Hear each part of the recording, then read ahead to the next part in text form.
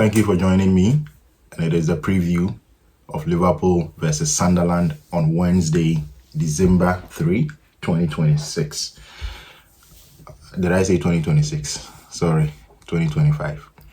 And before I get into the game, I just want to say something about the manager's press conference. I just listened to the press conference just a few minutes ago. And the one thing that I found very interesting was a question that was put to the manager about what he thinks about online abuse and those kind of stuff, because a poll shows that he was one of the most abused people online a couple of weeks ago.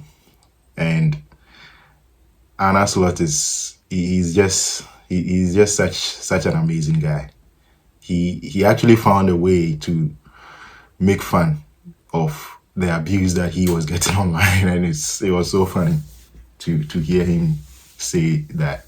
He basically asked the reporter who asked the question that, was that after the Nottingham game, or which game was that? And they said it was after the Man City game. And he said like, oh, I thought it was going to be after the Nottingham Forest game. And everybody burst out laughing. So that was something that I thought was very, very hilarious from the manager.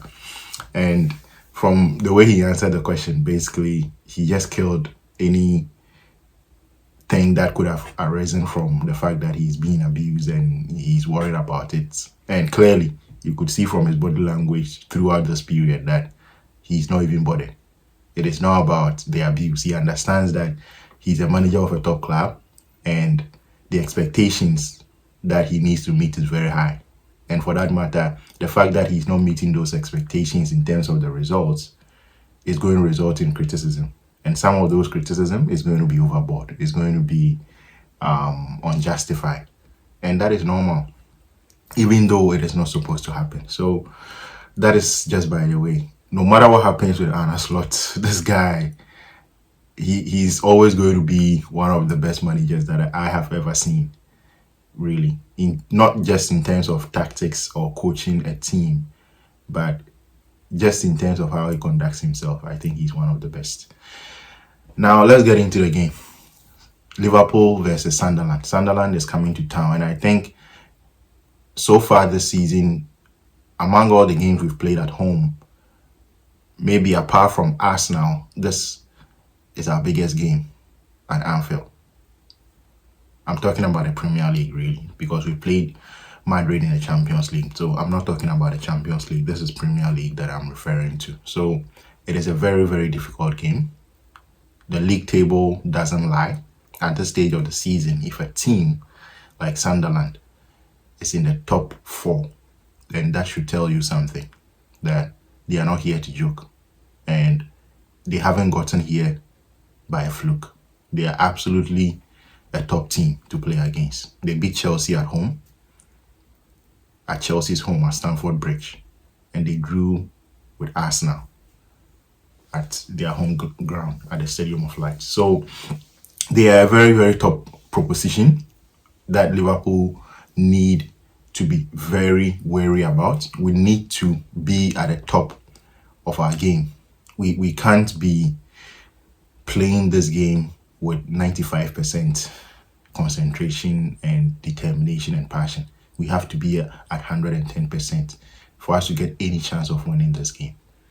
We need to match their physicality because they are going to be physical.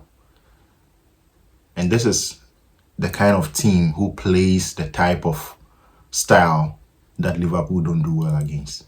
We've shown this season that we don't do well against teams that play high intensity, keeps the ball in the air, uses long throws, and takes advantage of set pieces. They are very, very strong in set pieces.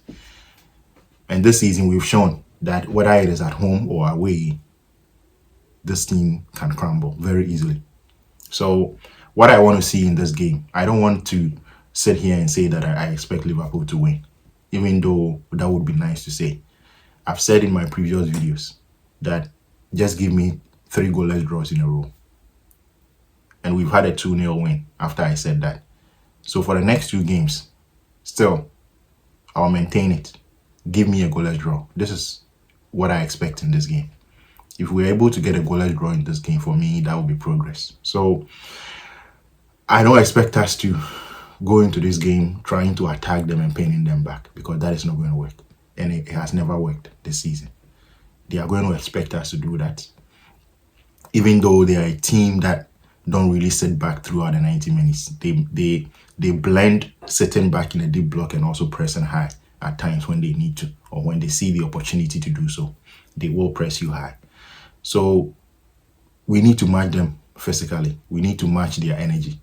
And also, we need to be defensively solid first and foremost. I think that should be our main priority. Not conceding a goal in this particular game is the best chance that we have of winning the game. In terms of the lineup, I expect the manager to go with the same back four, probably with a change at the left back, with Andy Robertson coming in for Kerkes. But the remaining back four, Alisson, Joe Gomez, Virgil van Dijk, Ibrahim Akonate, I expect them to start this game. In the midfield composition is going to be based on whether or not Mohamed Salah is coming back into this lineup. And it is not because I think Salah is not good enough or he's finished. But I think for this game, Salah shouldn't start this game. I think it will be best for Salah to come from the bench, because we need all the energy that we can get in this particular game. We need energy for 90 minutes.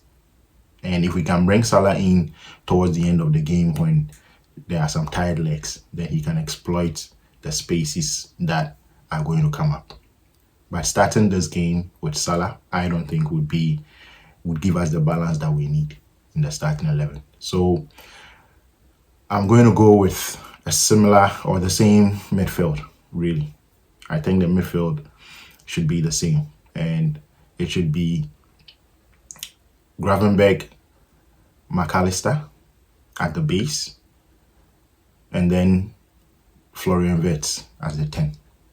And then up front, I expect it to be Dominic Szoboszlai on the right. Up front, I'm going to go for Hugo Ekitike in this game and not Alexander Isak. I think Hugo Ekitike would give us much more energy to start. And then if later on we feel like the energy is dwindling, then we can bring in Isak with fresh legs, and he can exploit the spaces that will come up in the game. So I'm going to go with Ekitike up front in a number 9.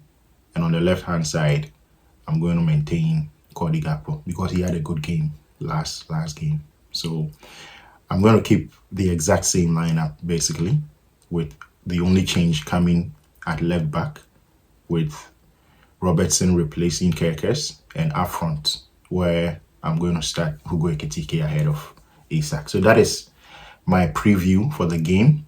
The scoreline that I expect is a goalless draw, and that would be a good result for me.